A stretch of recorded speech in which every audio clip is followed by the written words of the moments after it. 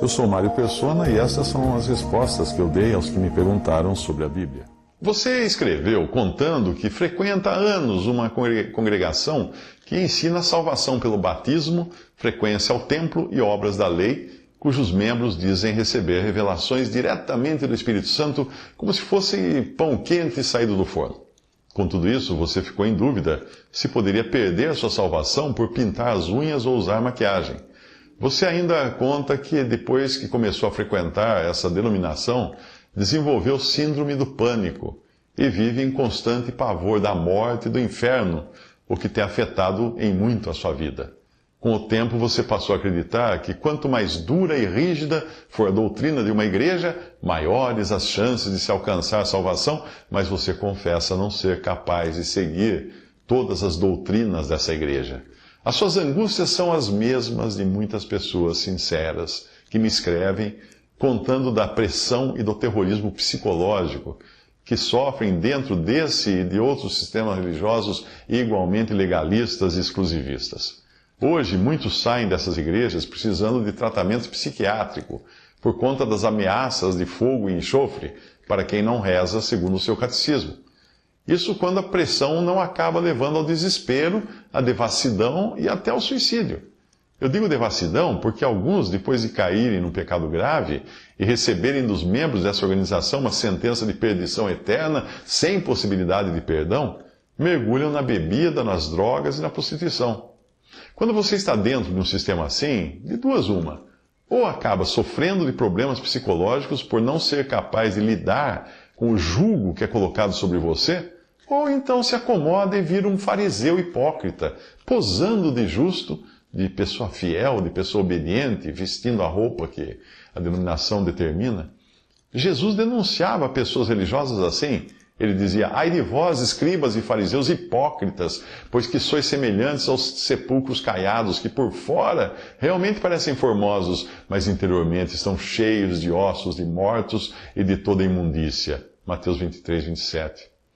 Felizmente você está sentindo essa angústia, o que demonstra que não é como os outros, que vivem ali mostrando boa aparência na carne, como fala Gálatas 6,12. Os Gálatas eram cristãos que estavam sendo influenciados por judaizantes legalistas que os obrigavam a limpar o exterior do copo e do prato, mas o interior está cheio de rapina e iniquidade, como descreveu o Senhor em Mateus 23, 25. Isso incluía serem obrigados a se circuncidarem, que era uma ordenança da lei, que incluía eliminar a cobertura de carne, de pele do prepúcio, do órgão sexual masculino. No Novo Testamento, nós entendemos que aquilo lá na lei não tinha qualquer efeito real na vida da pessoa, mas era uma figura que representava exteriormente aquilo que deveria ter acontecido no interior da pessoa, ou seja, a eliminação da influência da carne na vida do crente. Paulo deixa claro que os que insistiam em aplicar esta e outras ordenanças da lei mosaica, só estavam interessados na aparência. Veja o que ele diz: todos os que querem mostrar boa aparência na carne, esses vos obrigam a circuncidar-vos, somente para não serem perseguidos por causa da cruz de Cristo, porque nem ainda esses mesmos que se circuncidam guardam a lei, mas querem que vos circuncideis para se gloriarem na vossa carne. Mas longe esteja de mim gloriar-me, a não ser na cruz de nosso Senhor Jesus Cristo, pela qual o mundo está crucificado para mim e eu para o mundo. Porque em Cristo Jesus nem a circuncisão, nem a incircuncisão tem virtude alguma, mas sim o ser uma nova criatura. Gálatas 6, de 12 a 15. Portanto, entenda que a vaidade da qual acusam você está realmente no coração daqueles que se orgulham de se vestir de uma determinada maneira, pois a vaidade pode estar no coração do religioso independente do tipo de roupa, cabelo ou falta de enfeites visíveis. Eu gosto de lembrar da lenda do guru indiano que vivia no palácio do Marajá, perturbando a sua consciência por causa da sua riqueza. O guru queria que o Marajá abrisse mão do seu palácio, da sua riqueza, e vivesse uma vida simples como a do próprio guru, que só tinha, coitado, um calção para vestir e uma cuia para comer.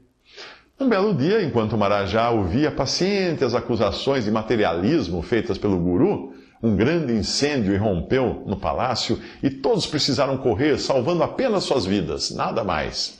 Do lado de fora, o marajá olhava entristecido para toda aquela riqueza sendo transformada em cinza. Mas o guru corria de um lado para o outro, insistindo que as pessoas tentassem apagar o incêndio de qualquer maneira, desesperado, aflito. O marajá estranhou aquilo e perguntou a razão de tamanho desespero. Afinal, disse ele ao guru, santo homem, acabei de perder tudo e a partir de hoje sou um homem pobre como você e mesmo assim não estou desesperado, mas estou resignado com a minha desgraça. Por que você está aflito? Aí o guru explicou o motivo de sua aflição. É que eu esqueci a minha cuia lá dentro. Eu quero tranquilizar você dizendo que a sua salvação não tem nada a ver com o que você faz ou deixa de fazer, mas com o que Cristo fez.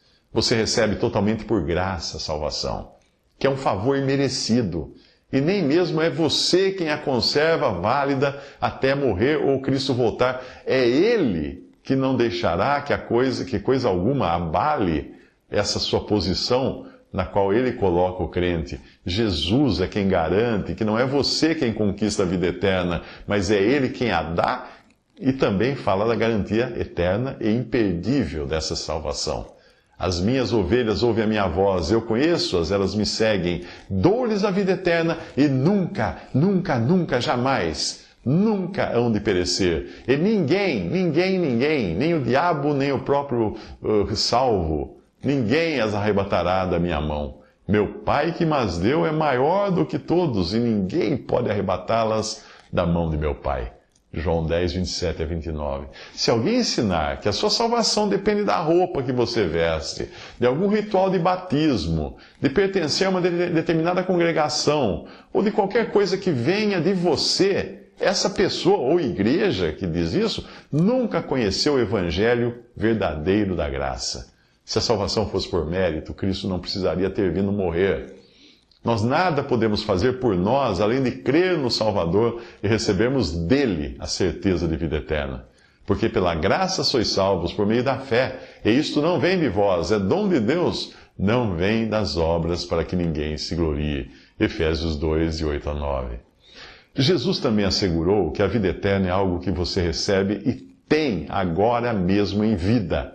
E não é uma vã esperança de que no final Deus venha julgar você para saber se você merece perdão dos seus pecados. Não!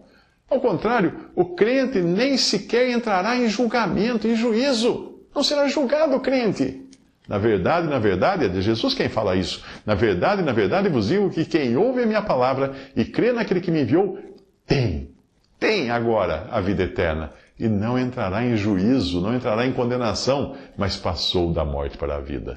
João 5, 24. Dentre os muitos erros desse sistema de doutrinas que aprisionou você todos esses anos e causou toda essa inquietude, está a leitura e meditação na palavra que não é encorajada, dando-se maior valor às supostas revelações instantâneas apresentadas nos cultos. Você já deve ter citado alguma passagem para contestar algo e alguém diz para você, a letra mata, sem entender que a letra que mata é a letra da lei de Moisés. Morreram 3.000 pessoas depois que a lei foi dada lá no Monte Horebe.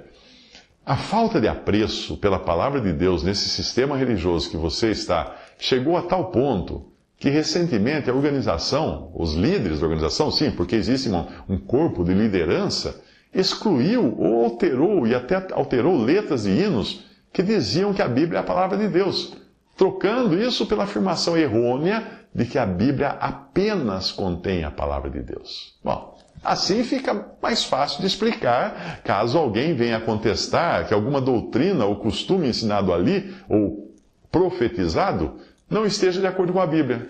Basta dizer que aquela passagem que, em particular, na Bíblia, não é a palavra de Deus, mas é meramente a palavra de Moisés, de Josué, de Davi, de Paulo, de Pedro, de Tiago, seja lá quem for. Esse truque dá até para usar nos evangelhos, para as palavras que Jesus falou. Sim, basta dizer que aquilo não foi o próprio Jesus quem escreveu.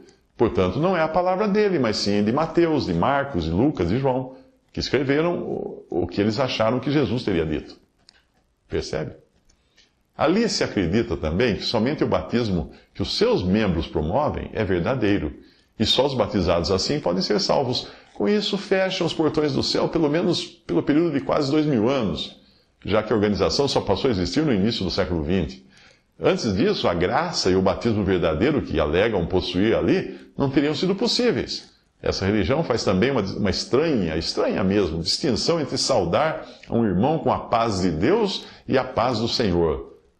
Nunca usando essa segunda forma, paz do Senhor, porque alegam que há muitos senhores, enquanto só existe um Deus.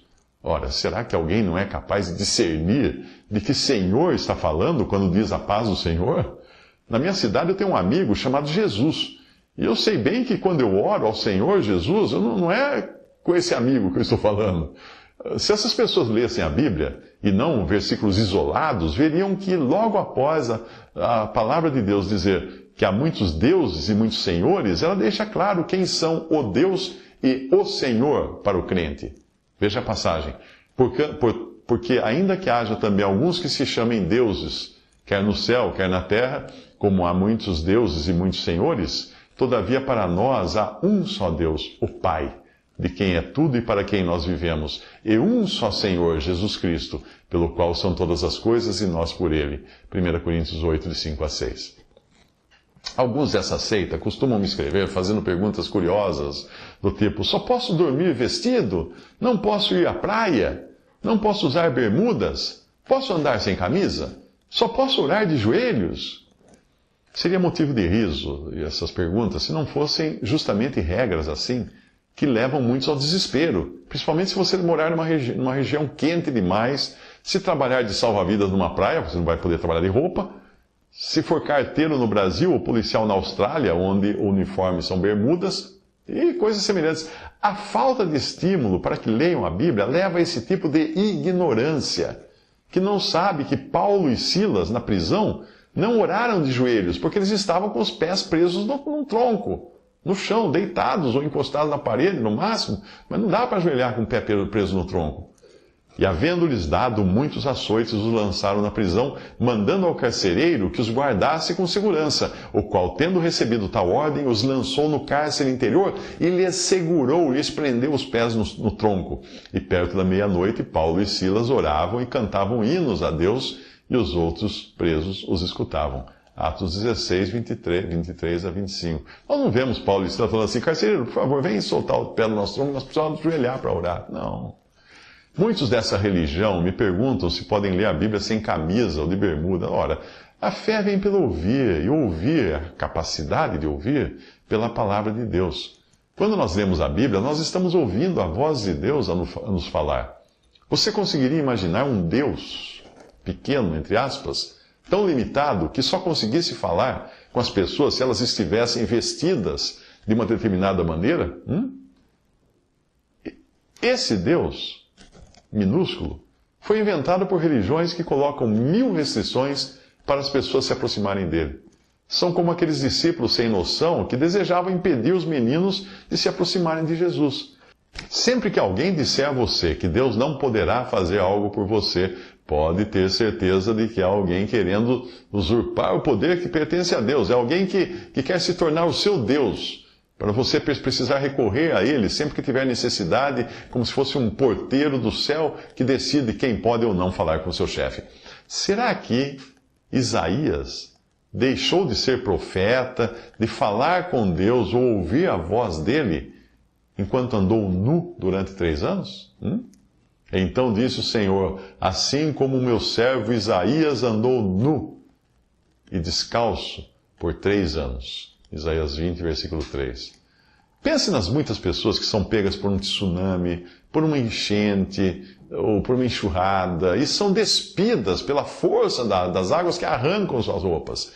Estariam elas impedidas de pedir por socorro a Deus, a menos que encontrasse alguma roupa decente entre os destroços para poder vestir? Quando eu morava no interior de Goiás, eu vi os passageiros e o piloto de um avião bimotor acidentado saírem nus dos destroços, com seus corpos totalmente queimados. Eles morreriam nos dias que se seguiram. Aí eu pergunto: teriam eles ficado impedidos de clamar a Deus por terem perdido suas roupas nas chamas, hein? De acordo com essa religião, que ensina que você não pode ler a Bíblia ou orar a menos que esteja bem vestido, pessoas como as que eu citei estariam em uma área sem conexão direta com Deus e sem condições de clamarem por auxílio. Eu não posso imaginar maior crueldade do que um ensino assim. O meu Salvador morreu despido e na cruz não apenas intercedeu por seus algozes e também clamou a Deus. Para esses fariseus, Jesus perdeu ali a sua conexão por não estar de terno e gravata. Fuja dessa religião que coloca empecilhos na sua comunhão com Deus, na sua liberdade para ler a Bíblia, onde e como bem entender, e principalmente em sua certeza de uma salvação eterna, recebida por graça, e não por algum batismo inventado na primeira década do século XX. Nem pense que você pode se salvar por frequentar algum templo construído por homens, ou pela submissão às profetadas de quem pensa estar falando, ou trazendo um pão quente de revelação da parte do Espírito Santo de Deus. Nem perca tempo. Não faltam passagens na Bíblia para denunciar a maldade que está envolvida em doutrinas assim. O Senhor, isso mesmo, aquele Senhor que morreu e ressuscitou para nos dar a paz, não foi nem um pouco politicamente correto ao denunciar esse tipo de hipocrisia. Ele disse: hipócritas, bem profetizou Isaías a vosso respeito, dizendo: este povo se aproxima de mim com a sua boca e me honra com seus lábios, mas o seu coração está longe de mim. Mas em vão me adoram, ensinando doutrinas que são preceitos dos homens. Ai de vós, doutores da lei, que tirastes a chave da ciência, vós mesmos não entrastes e impedistes os que entravam. Mateus 15, de 7 a 9, Lucas 11, versículo 52. Visite respondi.com.br. Adquira os livros ou baixe e-books. Visite 3minutos.net. Baixe o aplicativo.